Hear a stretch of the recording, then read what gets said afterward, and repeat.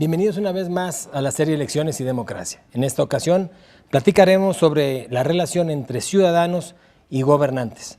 Para ello tenemos el tema de propaganda gubernamental y a una distinguida invitada, quien, permítanme presentárselas, es una destacada funcionaria pública, académica, quien tiene una importante trayectoria, ha sido académica, secretaria de Juzgado de Distrito, secretaria de Tribunal Colegiado, además secretaria de Estudio y Cuenta del Tribunal Electoral del Poder Judicial de la Federación, coordinadora de Política de Igualdad de Género, integrante de la Comisión Sustanciadora y presidenta del Comité de Transparencia.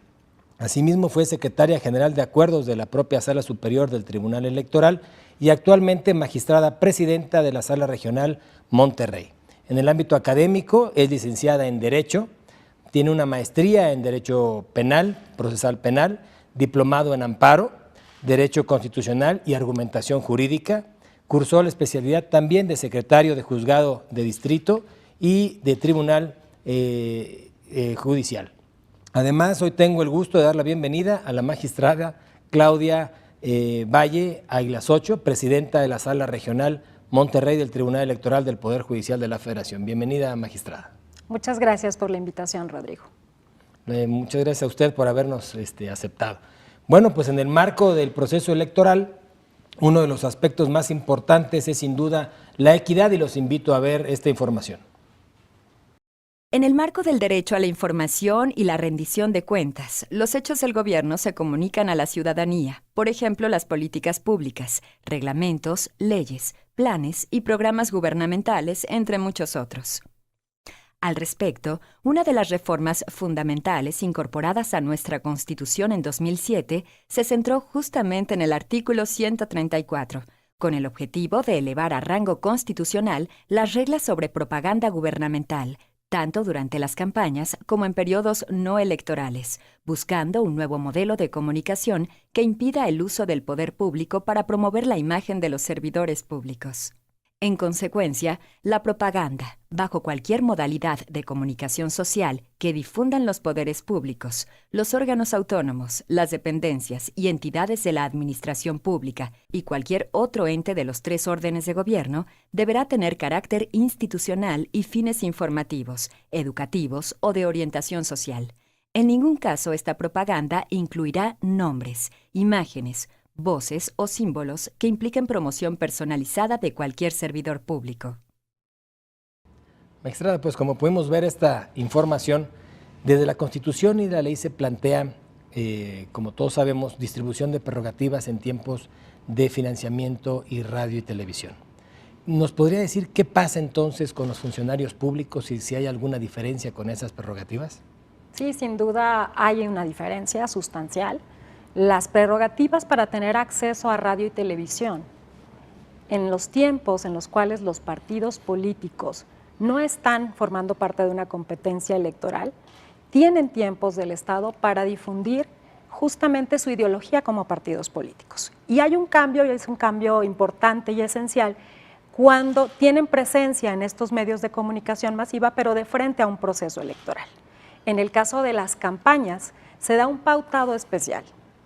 Cada partido político, desde el punto de vista de prerrogativas, tiene derecho a acceder a estos espacios y a estos tiempos en la medida en que sus fuerzas políticas se demostraron en las urnas. Los partidos grandes, los que obtuvieron una votación amplia, tienen estas prerrogativas en mayor medida que los partidos pequeños. La forma de equilibrar justamente que se promocionen ante el electorado de vista a las campañas está regulado por el Instituto Nacional Electoral en acuerdos generales que establecen justamente las pautas para radio y televisión. También las instituciones electorales tienen un espacio para publicitar, para difundir qué actividades les corresponden en todo tiempo, durante los procesos electorales y cuando no hay procesos electorales. A esto le llamamos tiempos del Estado para la difusión de sus actividades. Sin embargo, como la pregunta era si estas prerrogativas de tiempo y espacio en radio y televisión, y en su caso los financiamientos, ¿en qué medida tienen los funcionarios públicos alguna intervención en ellos? La respuesta de mi parte sería que no deben de tenerla. En las prerrogativas de radio y televisión, en la difusión de las actividades que le toca a los partidos políticos, deben estar exentos de la presencia de funcionarias y funcionarios públicos, aun cuando emanaran de la fuerza política que está en el gobierno. Esto es, existe una separación desde el punto de vista constitucional y legal para que las y los funcionarios, para que quienes ocupen un cargo de elección popular o un cargo público, aun cuando no sea de representación proporcional, no se publiciten en estos espacios que están dados justamente para las fuerzas políticas y para las instituciones. Muchas gracias, magistrada. Y a ver, aquí me salta la reflexión con lo que nos plantea usted una duda. ¿Qué es entonces la propaganda gubernamental o cómo la debemos de encuadrar? ¿En dónde juega la propaganda gubernamental? Justamente la propaganda gubernamental existe para que los gobiernos de todos los órdenes, municipal, estatal o federal, den a conocer a la ciudadanía sus programas, sus acciones de gobierno, sus políticas públicas. Sí. Es una forma de comunicar a la ciudadanía qué están haciendo a favor de ella.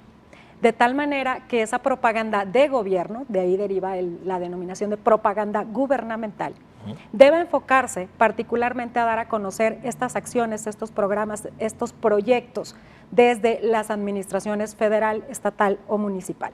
Por lo tanto, la propaganda gubernamental también tiene una serie de límites, un contenido específico. Sí. Deberá cuidarse justamente que en estos espacios de propaganda que sí debe de realizar los gobiernos, no se publiciten a las personas, se publiciten las acciones.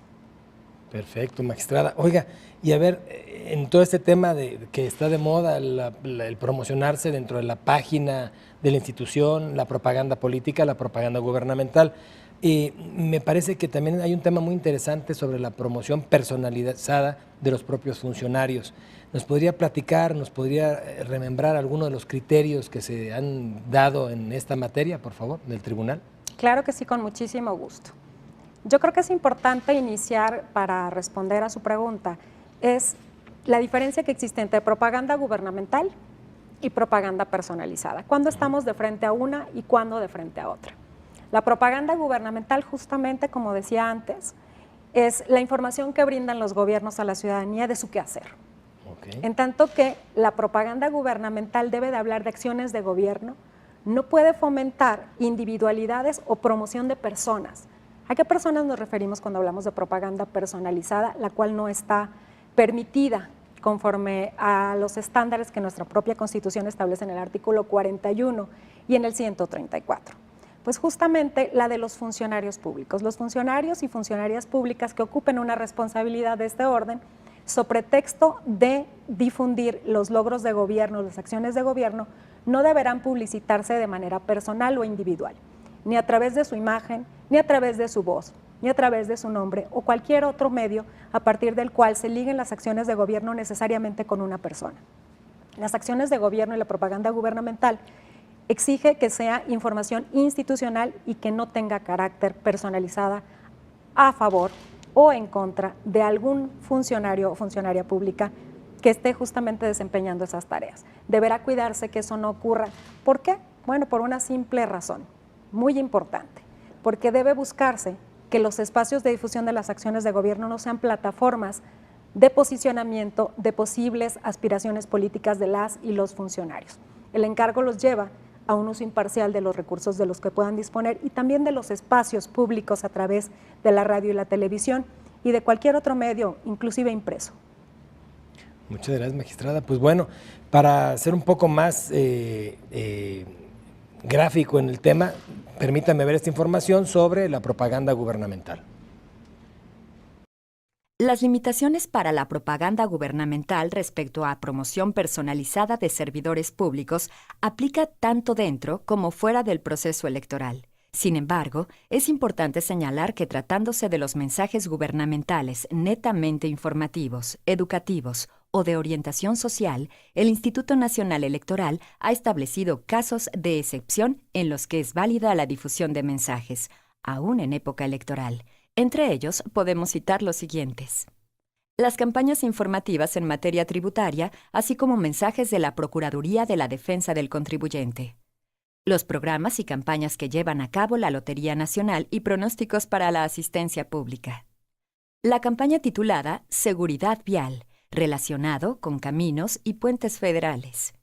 Las campañas Ángeles Verdes, verano e invierno, relacionada con asistencia en carreteras. Campañas de promoción turística, campañas de combate a riesgos sanitarios y urgencias epidemiológicas como el dengue. La campaña de Fondo de Cultura Económica denominado Letras sin Fronteras, relacionada con dar a conocer las novedades editoriales. Pues muchas gracias, magistrada. Y continuando con esta idea de la propaganda, me gustaría que nos compartiera, ya nos ha dicho usted muy acertadamente lo que es la propaganda política, la propaganda electoral, la propaganda gubernamental. Y bueno, hay en el caso específico de la propaganda gubernamental, ¿hay algunos límites o hasta dónde puede llegar esta propaganda? ¿Nos podría compartir, por favor? Claro que sí, con muchísimo gusto. En nuestro país los límites a la propaganda gubernamental se establecen a nivel de nuestra Carta Magna, a través de nuestra Constitución. Se define cuáles son los límites a la propaganda gubernamental.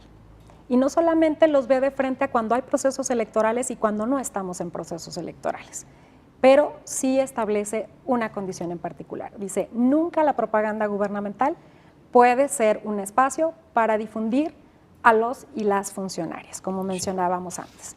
Y de frente a las campañas, exige que se publicite solo aquella propaganda gubernamental que tenga fines educativos, que vea cuestiones de salud y de protección civil en caso de emergencia. Por lo tanto, lo que nos está definiendo desde la Constitución y se desarrolla después en las distintas leyes que son aplicables a este caso, en concreto la Ley General de Instituciones y Procedimientos Electorales, es que en campañas, en época de campañas electorales, la propaganda gubernamental solo podrá ser aquella que vea a salud, a educación y a temas de protección civil en caso de emergencia. ¿Qué quiere decir con esto? Quiere decir que entonces los programas sociales deben o no parar o no llevarse a cabo. No, desde luego que no. Ha sido criterio de la Sala Superior que los programas sociales no deben paralizarse cuando son necesarios. Lo que debe de paralizarse es su difusión. Su difusión, en el caso de los programas sociales, incluidos aquellos que vean a la asistencia social, lo que no podrá hacerse es difundirse para evitar que sean a la vez una plataforma de posicionamientos de ventaja respecto de los partidos políticos que deberán contender. Esto es, que no sea a través de esta propaganda que se posicione a una fuerza política de frente al resto. Esos son algunos de los condicionantes que tenemos y es importante mencionarlos. No derivan de un criterio judicial, derivan de la disposición de la Constitución y de las disposiciones de la ley. La Sala Superior lo ha dejado muy en claro en distintos criterios que a lo largo de muchos años ha decidido juicios y recursos en los cuales los límites a la propaganda gubernamental ha sido el tema esencial. No, pues muchas gracias, muy interesante, magistrada, estas reflexiones que nos plantea. Y bueno, por ahí, como usted lo decía desde hace un momento, de la Carta Magna, referenciaba el artículo 134 en este sentido. Y bueno, quisiera que nos diera una opinión, una reflexión sobre el tema de que en los portales precisamente de las dependencias públicas de gobierno están también la promoción de las funciones que hace la dependencia, más no de lo que hace el funcionario como tal, como persona física. Entonces ahí también existen datos, por ejemplo, imágenes, nombres, el directorio, los servidores públicos. ¿Esto en algún momento podría ir en alguna contravención con el 134 o tendría alguna restricción? Habría que distinguir justamente cuál es la esencia de la propaganda, qué es lo que se difunde en estas redes o en estos portales o páginas oficiales de las dependencias. La ley obliga que las instituciones bajen de sus páginas y de toda su propaganda electoral, inclusive a quitar aquella propaganda fija que esté colocada sobre algunos programas sociales que no tengan que ver, como decíamos antes, con salud, con educación y con temas de protección civil en caso de emergencia. ¿Qué tenemos que visualizar en tratándose de los portales o páginas oficiales? Si en esos portales aparece inclusive del solo ingreso al portal un POPS o una imagen que emerge para promocionar algún programa social, alguna acción, deberán sin duda ser suspendidos si no se trata de los casos que hemos mencionado: educación, salud y protección civil en caso de emergencia.